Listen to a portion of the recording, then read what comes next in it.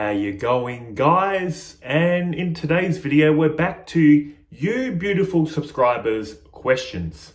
I always love answering questions because it gives me a chance to stop thinking of video topics, which I do like, but it always feels better to answer questions because at least it's a tailored response to a tailored question. And in today's video question, you'll see it here.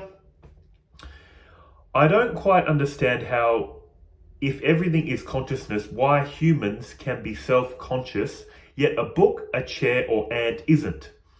If the essence of the whirlpool is ocean, why is it only human whirlpools that can experience themselves as the ocean knowingly, but books, chairs, or ant whirlpools can't? As always, very good question, very common question, which I had. I used to think that too. How is it all consciousness? Does that mean when I sit on a chair, the chair's going, oh, you're a bit heavy. I weigh over 100 kilos. It used to be more muscle, but now it's getting a bit more fat. But I used to think, is the chair in suffering? Are the walls, when I touch them, you can't see the wall, but I'm touching it. Can it feel my presence? Literally, I thought this. It's all consciousness, right? But what you come to realize, what they teach in non-duality is, the fabric of all is consciousness. The nature of reality is summed up in 3 words: Sat, Chit, Ananda. Existence, consciousness, bliss. See how it's not describing objects, it's describing qualities of nature. In other words, reality is conscious existence, and it's bliss because it's one without a second. And that's why I normally use the whirlpool example, whirlpool in the water, because when you say, especially to beginners, everything is consciousness. Most of us have this idea that consciousness is somewhere in the head, in the brain, generated by the brain, that's allowing us to experience the material world out there. So to say everything is consciousness can be confusing. That's why the 2 examples I personally give is the dream example or the water example. Because non-duality basically is saying reality is non-dual, not 2. There are no 2 things. There is just the one thing, in quotes, that isn't a thing, because the thing has objective qualities, the limitations of language, people. There is the one source appearing separate. That's why I say, picture reality like water, and we're all whirlpools in the water, and all our thoughts about reality are ripples. Because then you can kind of intuit, oh, I get it. It always has been water, is water, will ever be water. And we're just manifestations, whirlpools in the water. Our thoughts about reality are ripples in the water. The nature of reality is truth, is water in this example. So everything you think and feel about reality is truth. If you think you're trapped, if you think you're a separate whirlpool in the ocean of existence, you are trapped. If this whirlpool that thought it was trapped starts realizing, oh, I was never trapped. There is only ocean. And tat toi masi, thou art that, you are that. You realize, oh, I just imagined I was trapped. I was never really trapped. Again, that's why I use the water example. Because if you can intuit what I'm saying, you realize, oh, I get what they're trying to point at in non-duality. And so the water example or the dream example is very useful. When you start dreaming, you dream up a dream world of dream chairs, rocks, other people, and a conscious entity you call yourself as the dream character. It's all made of consciousness. But as the question is asking, how come some things appear conscious in the way we ordinarily think of conscious beings, humans, animals? But like a rock, is that conscious? Is a chair conscious? Is a book? Nope. But it's all made from conscious existence. Sat, Chit, Ananda. The nature of reality is conscious existence. And it's bliss because it's one without a second. Your mind is like a mini Sat, Chit, Ananda. Your dreams are made of conscious existence, one without a second. So they're saying what happens on the microcosm in our mind happens on a bigger scale in the macrocosm. But the fact remains, as the questioner asked, if it's all consciousness, how come we feel conscious as a human? They say this is for the very fact that humans, animals, bugs, and plants have 3 bodies. We have 3 bodies. Other things like, just say a raging river, or a rock, or a dead tree log has only 1 body. Everything in this reality has a physical body. Humans have a physical body, a rock, a log, a river. We all have a physical body. And just quickly, that tree stump doesn't have 3 bodies anymore. When it's a tree, it has the 3 bodies. When it's just a stump, it's just wood. It's inert, like a rock. Or like a dead body, when we die. But again, humans, animals, bugs, plants have 3 bodies. Now let's just talk about these 3 bodies and also talk about what we truly are. The first body is the physical body. Like I said, we've all got one. It's public for everyone to see and experience. It's the thing that when we go to the doctors, they can study. They can cut open, they can analyze. It has objective qualities. The second body is called the subtle body. It's the body only you experience internally. It's made up of your thoughts and feelings. You feel like you're having an inner experience. That is the subtle body. No one else can see it. You can't cut it open and pull out thoughts and feelings, put them on the table and go, oh yeah, that's love. Oh yeah, that's the color blue. But here's what I like to say, kind of indirectly people do experience your subtle body. If you're purely a materialist, you think your loved ones are a hunk of flesh. They're just material matter. But a lot of people aren't a pure materialist. A lot of people believe in a faith or spirituality. So they believe the person they're talking to, the person they love, isn't just a body. They're in the body. You know that personality that makes someone them? And me with my wild imagination, I've done this many times. I've always thought of 2 people in my life, just say a very extroverted person and a very introverted person. I've pictured in my mind, imagine switching personalities. So the extroverted person becomes introverted and the introverted person becomes extroverted. If this happened and you were to experience those people, no doubt you would start thinking, this introverted person, what happened? They're so outgoing. They remind me of the extroverted person, and vice versa. You look at the extroverted person and go, what happened? They used to be so outgoing, lively. They remind me of that introverted person. The body's the same, but there's something in the body that's animating it, giving it a personality. That is the subtle body.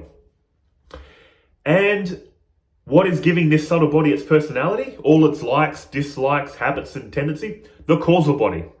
That's the third body. They call the causal body the seed state. If you took the seed of a massive tree, you know those huge trees? If you grab the seed from it and you cut open the seed, you're not going to find a tree in there. You're going to find nothing. It's just seed. But under the right conditions, that seed has all the intelligence, all the knowledge to sprout into this massive tree. That's what they say our causal body is. It is that which sprouts the subtle body and physical body, and that which they both collapse into. When are the 3 bodies active? In the waking state. In the waking state, we experience physical body, subtle body, and the causal body, feeding the subtle body all its thoughts and feelings. Where do your thoughts come from? Where are your habits and tendencies stored? Causal body. That the subtle body becomes aware of and then uses this poor physical body to do its bidding. Hopefully this poor physical body is doing good actions, healthy eating, exercise to support the physical body, but many times it's not. The poor physical body is forced to lay on the couch, eat junk food, get addicted to habits and substances that can destroy it, unfortunately. Poor physical body. But they're the 3 bodies. Also, these 3 bodies are inert. They're not conscious. Your true self is consciousness itself, illumining the 3 bodies. Your true self, as we do in self-inquiry, illumines the causal body, which allows the subtle body to sprout, illumines that, which allows the physical body to sprout, illumines that.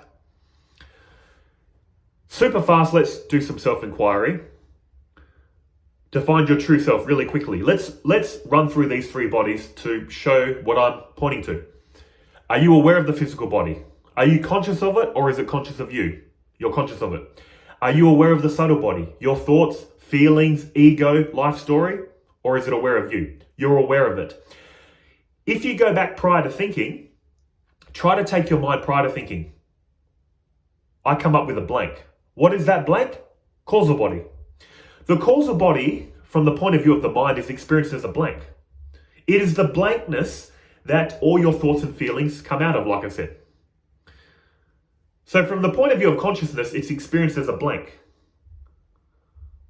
But the fact remains, you know the blank, which means you're free from the blank of the causal body, the subtle body that sprouts from the causal, and the physical body. And as the questioner asked, how come this person, as a human, can experience consciousness, has the experience of knowing?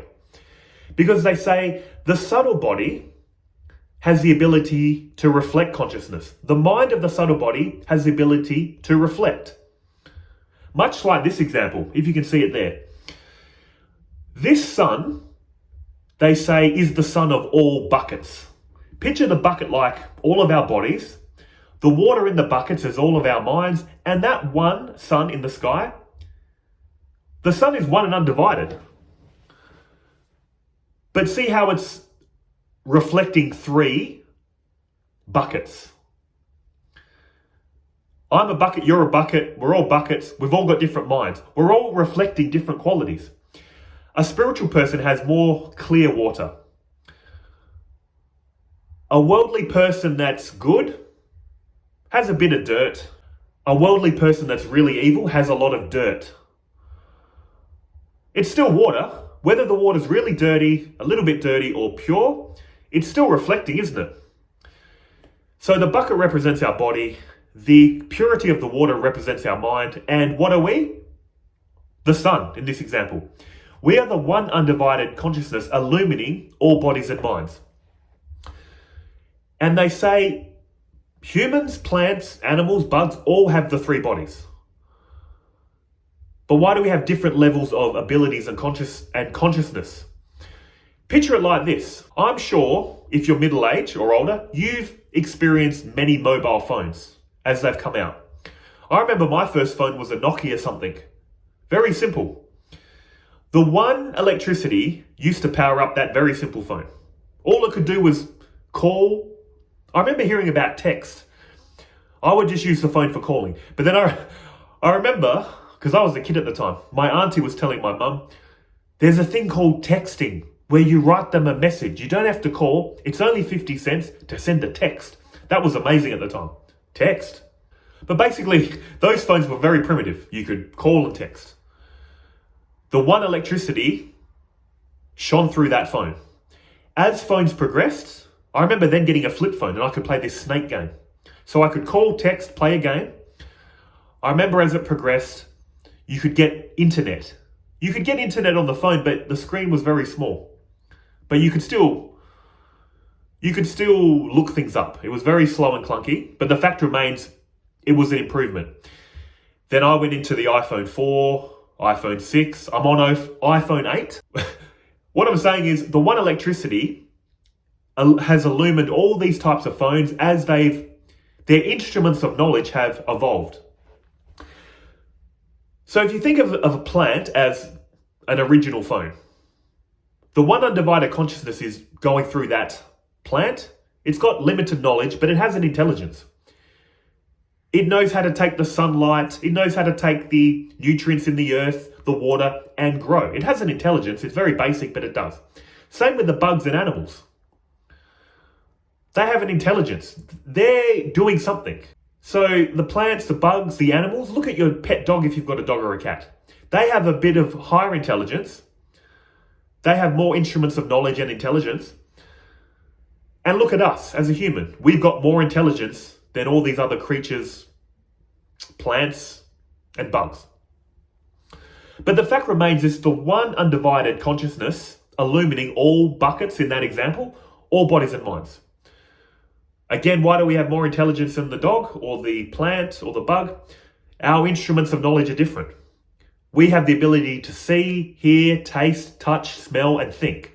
We have the ability to see color. Other animals have the ability to see, but not have color. Other animals have the ability to be very good at hearing. See, we've all got different instruments of knowledge that consciousness is illumining. And why do we have self-awareness? Why do we feel I'm this person living a life and I'm separate? Ego. We have the ability to have the I thought. I am this person. I am not this. I have free will. It's just a thought, the I thought, that the animals don't have. They don't have the I thought. They don't have the ability to think of past and future. This is all a human ability as far as we know. But the fact remains, to have a subtle body is the ability to reflect consciousness and to have an inner experience, whether you're a plant, a bug, an animal, or a human. And that is why, as the questioner asked, how come we can be self-aware but other entities apparently can't? That's what it is, the mind. And look at what happens. Look at what happens to our consciousness. When we're awake, like I said, the three bodies are in operation. Physical body, subtle body, the mind that reflects consciousness, and the causal body, feeding it all its thoughts and feelings. When we fall asleep and start dreaming, we lose awareness of the physical body. But the mind is still active. It creates a dream world from what? From all its past experiences and imagination. That's what your dream is. You have no access to the outside world. So the subtle body is thinking, well, I don't have any stimulus from the outside world to trigger thoughts and feelings and respond to. Let's make up our own world. Again, the pure consciousness reflected on the causal body, and the causal body which has sprouted the subtle body creates a dream world. What happens when the subtle body resolves into the causal body in deep sleep? Now, the one undivided consciousness is shining on the causal body, but it's experienced as a blank. Why is it experienced as a blank? Because there's no mind to reflect consciousness. Pure consciousness shining on the causal body, it's a blank. Pure consciousness, when the subtle body sprouts from the causal, starts reflecting consciousness. Oh, I'm a dream character in a dream world. This is my only reality until you wake up. When the physical body comes back online, pure consciousness shining on the causal, which sprouts the subtle, which sprouts the physical, illumines the waking state. And guys, that's what's happening. And all non-duality is trying to get you to realize is you are not the physical body. You are not the subtle body. You are not the causal body. You're the pure consciousness illumining all three bodies. You are in a state of peace. You are in a state of actionless action that enables all this apparent action to happen. Think of your true self like electricity. Here's three beautiful examples I used in yesterday's video if you saw it. In a kingdom, a lot is happening. But a kingdom, by its very definition, requires a king. The king does nothing, sits on the throne and witnesses all the activities of the kingdom. Electricity by itself does nothing, but it illumines and allows all the appliances in your house to function. Little metal filings on a table, if you put a magnet on it, it makes the metal filings move. The magnet does nothing, it just sits there, creates action. So your true self is the illumining light of all your experience and that which enables all activity to happen, while simultaneously itself does nothing. Brahman, your true self, with the power of Maya, creates this universe. Brahman is real. Maya is a power within Brahman to generate appearances. Maya is time, space, and causation, which Brahman witnesses. Brahman is prior to Maya, yet that which Maya is made from. That's why Brahman and Maya aren't really separate. Maya is a power within Brahman, but no power can exist without a possessor of power. You can't have power without the possessor of power. And Maya comes and goes. Before the universe, before the Big Bang, it's like the state you are in deep sleep. In deep sleep, your mind, you can call it like Brahman. It hasn't manifested anything. It's in the state of pure potential. It's in the seed state. All the seeds of reality are there. They just haven't sprouted yet. Just like the Big Bang. Brahman is in the state of pure potential, and without any cause or will, Maya takes over and starts generating appearances. It starts generating the Big Bang and creates a reality. And eventually, according to Hinduism, manifestation occurs for some time, a long time, billions of years. Crazy amounts of time our little mind can't fathom. But the fact remains, eventually manifestation starts contracting, collapsing back into what? Brahman. And then it repeats again. Manifestation, non-manifestation. Manifestation, non-manifestation. It's just a cycle for eternity. Again, just like your mind. When you fall asleep, the mind fluctuates between deep sleep, dream. Deep sleep, dream.